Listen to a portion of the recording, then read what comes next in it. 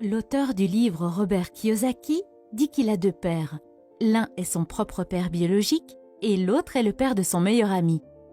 Le propre père de Robert était docteur et enseignait à l'université. Son second père, auprès duquel Robert a appris à devenir riche, n'a même pas terminé le lycée et a tout appris par lui-même dans la pratique. Au début, ces deux pères gagnaient suffisamment, mais quand ils sont morts, l'un d'eux est mort en tant qu'homme le plus riche d'Hawaï et a laissé des millions de dollars à sa famille, et le second a laissé des dettes et des impôts impayés à sa famille. Kiyosaki dit que gagner de l'argent est une science qui ne nous est pas enseignée dans les écoles. Les écoles nous apprennent comment devenir un employé et comment construire une carrière. Et c'est pourquoi la majorité des parents enseignent des choses similaires à leurs enfants et les orientent dans la même direction, celle qui consiste à devenir un employé. Si vous venez d'une famille de classe moyenne, il est fort probable que vos parents vous ont appris comment devenir pauvre. Et ce n'est pas parce que vos parents ne vous aiment pas ou ne veulent pas que vous réussissiez. C'est simplement parce qu'ils ne sont eux-mêmes pas éduqués à ce sujet. Ils ont consommé des informations périmées et à votre naissance, ils vous ont passé les mêmes informations périmées. La pauvreté est presque comme la génétique. Elle se transmet d'une génération à l'autre. Mes parents m'ont toujours conseillé d'étudier très dur, d'obtenir un diplôme et de trouver un emploi stable. Cependant, lorsque j'ai commencé à lire des livres comme celui-ci, je me suis rendu compte que j'apprenais davantage grâce à quelques-uns de ces livres par rapport à l'ensemble de mes années universitaires. Si vous êtes également issu d'une famille de classe moyenne, n'ayant pas lu Rich Dad, Poor Dad, alors je vous recommande fortement de le lire. J'aurais souhaité que quelqu'un me le recommande quand j'avais 14 ou 15 ans. Tant de choses auraient pu être positivement différentes dans ma vie si je l'avais lu plus tôt. Dans cette vidéo, je vais vous parler des 7 idées principales du livre. La première idée concerne l'importance de l'éducation financière et la compréhension de la différence entre un actif et un passif. Comprendre cette différence est l'étape la plus importante pour devenir riche. En termes simples, l'actif est ce qui vous met de l'argent dans la poche et le passif, ce qui vous enlève de l'argent. Par exemple, si vous avez une voiture, que vous la louez et que vous gagnez de l'argent chaque mois, alors c'est un actif. Mais si vous avez une voiture et qu'elle vous prend de l'argent de poche chaque mois pour les réparations, l'entretien, etc., il s'agit alors d'un passif. Par exemple, les actifs peuvent être des biens locatifs, des actions d'entreprise, des métaux précieux, etc. Le passif est constitué par votre maison, votre téléphone, la voiture que vous conduisez, etc. Les riches se concentrent sur l'augmentation de leurs actifs, tandis que les pauvres achètent des passifs et se concentrent sur leurs revenus. Les pauvres achètent un téléphone iPhone, les riches achètent des actions Apple qui constituent un actif et prennent de la valeur avec le temps. Mais le téléphone perd de sa valeur dès que vous le sortez du magasin. Faire pousser des actifs, c'est comme planter un arbre. Vous devez en prendre soin pendant des années, jusqu'à ce que ses racines soient assez profondes pour fournir de l'ombre et porter des fruits pour votre plaisir. Malheureusement, beaucoup de gens veulent s'enrichir rapidement sans s'informer sur l'argent. C'est comme construire un gratte-ciel avec peu ou pas de fondation. Et c'est pourquoi vous voyez des gens qui gagnent des tonnes d'argent, mais qui au bout de quelques années perdent tout.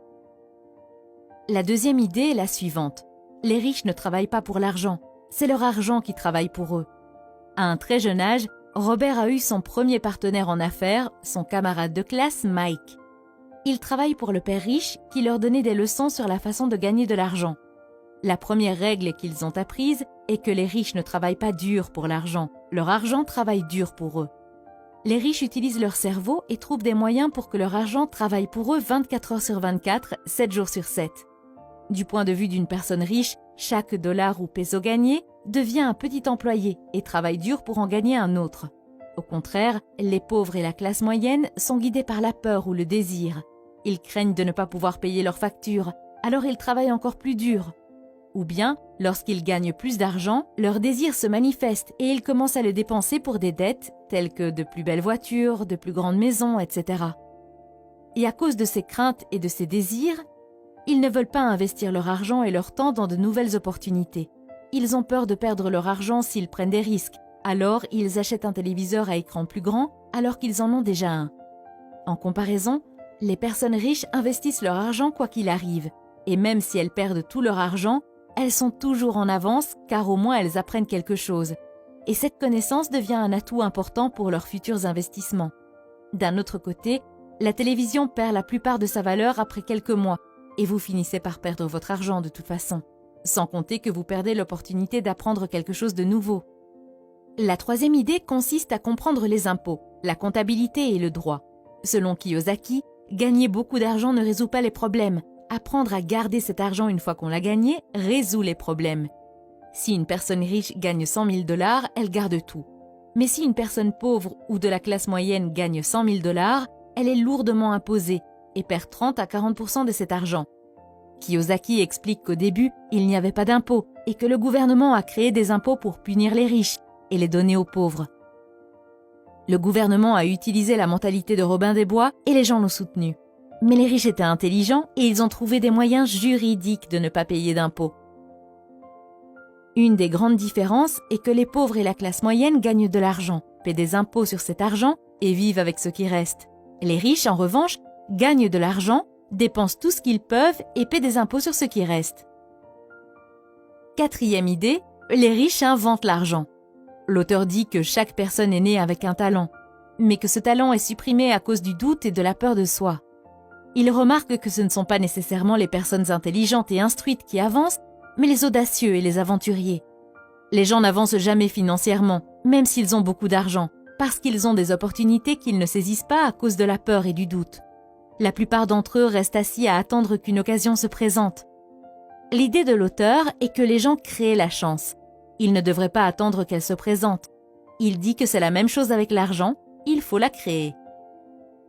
Cinquième idée, travailler pour apprendre. Ne pas travailler pour l'argent. Kiyosaki dit que son père pauvre était intelligent, bien éduqué et travaillait pour de l'argent parce que la sécurité de l'emploi signifiait tout pour lui. Son père riche est devenu millionnaire en travaillant pour apprendre. L'auteur recommande aux jeunes de chercher un travail où ils apprendront plus qu'ils ne gagneront, notamment dans les domaines de la vente, de la communication, du marketing, de la comptabilité, des dirigeants, etc. Au cours d'une interview avec un journaliste, Robert Kiyosaki a appris que celui-ci s'efforçait à devenir un auteur à succès. Il a réalisé qu'elle était une grande écrivaine et qu'elle devait poursuivre dans cette voie. Elle lui a dit qu'elle avait essayé, mais que cela n'intéressait personne. Il l'a accidentellement offensée lorsqu'il lui a dit de suivre un cours de vente pour qu'elle puisse se promouvoir. Elle s'est mise sur la défensive. Elle lui a répondu « J'ai une maîtrise en littérature anglaise. Pourquoi irais-je à l'école pour apprendre à devenir une vendeuse ? Je suis une professionnelle. Je suis allée à l'école pour être formée à une profession, donc je n'aurai pas à être vendeuse. Je déteste les vendeurs. Tout ce qu'ils veulent, c'est de l'argent. » Et elle a fait ses valises. Robert Kiyosaki a gentiment fait remarquer qu'il était l'auteur le plus vendu, et non pas le meilleur auteur.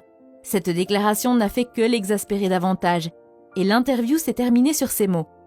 Le monde compte de nombreuses personnes talentueuses et prospères. Médecins, avocats, dentistes. Et pourtant, ils ont des difficultés financières. Mais comme l'a dit un jour un sage consultant en affaires, ils sont à une compétence de la grande richesse. Si vous associez vos compétences à l'intelligence financière, à la comptabilité, à l'investissement, au marketing ou au droit, vous pouvez devenir très riche. Si cette journaliste avait plutôt choisi un emploi dans une agence de publicité pour apprendre à vendre, elle pourrait créer une grande richesse grâce à ses écrits. Le père riche dit « Vous voulez en savoir un peu plus sur beaucoup de choses. À l'école et au travail, on attend de vous que vous vous spécialisiez. Ceux qui obtiennent des promotions ont tendance à être des spécialistes. Cependant, le père riche de Robert Kiyosaki a toujours recommandé le contraire. C'est pourquoi, au fil des ans, Robert a travaillé dans différents secteurs de l'entreprise de son père riche, où il était censé assister à des réunions avec des avocats, des banquiers, des comptables. Pour le père riche, il était essentiel que Robert connaisse tous les aspects de la création d'un empire. Idée 6. Les personnes qui évitent l'échec évitent aussi le succès. La plupart des gens ne gagnent jamais parce qu'ils ont peur de perdre ou d'échouer. Si vous regardez la façon dont les humains sont conçus pour apprendre, nous apprenons en faisant des erreurs. Nous apprenons à marcher en tombant. Si nous ne tombions jamais, nous ne marcherions jamais. Il en va de même pour apprendre à faire du vélo. Il en va de même pour devenir riche. L'échec fait partie du processus de réussite. Kiyosaki dit « Je regarde mon jeu d'argent comme mon jeu de tennis. Je joue dur, je fais des erreurs, je corrige, je fais encore des erreurs. Je corrige et je m'améliore. Si je perds le match, je tends la main à mon adversaire, lui serre la main, lui souris et lui dis « À samedi prochain ». Je connais personnellement de nombreuses personnes qui ont essayé de créer leur propre entreprise mais qui ont échoué et ont fini par abandonner après 3 ou 4 échecs. Je suis toujours étonnée de voir comment ces personnes s'attendaient à réussir après quelques essais. Abandonner après un échec à 3 ou 4 reprises, c'est comme commencer à aller à la salle de sport pour se mettre en forme, mais après quelques jours, on abandonne parce qu'on n'a pas vu de résultat. Si vous voulez vous mettre en forme, vous devez être constant. Vous devez changer votre programme d'exercice s'il n'est pas efficace. Vous devez essayer un régime différent. Vous devez essayer un autre entraîneur jusqu'à ce que vous trouviez ce qui vous convient. Malheureusement, les gens n'appliquent pas la même mentalité lorsqu'il s'agit de se mettre en forme financièrement. Idée numéro 7. Ne vous concentrez pas sur vos revenus, mais sur vos actifs. Les riches à long terme construisent d'abord leur colonne d'actifs, et ce n'est qu'ensuite que les revenus générés par la colonne d'actifs leur permettent d'acheter leur luxe. Les pauvres et la classe moyenne achètent des produits de luxe à la sueur de leur front et avec leur sang. En d'autres termes, si une personne riche veut acheter une voiture de luxe, elle ne l'achète pas tout de suite. Il achète d'abord des actifs tels que des entreprises ou des biens immobiliers, et si ces actifs génèrent de bons revenus, il les utilise pour acheter la voiture. Il se concentre toujours d'abord sur l'actif. Si vous avez aimé la vidéo et souhaitez voir d'autres vidéos comme celle-ci, n'oubliez pas d'aimer cette vidéo et de vous abonner à la chaîne.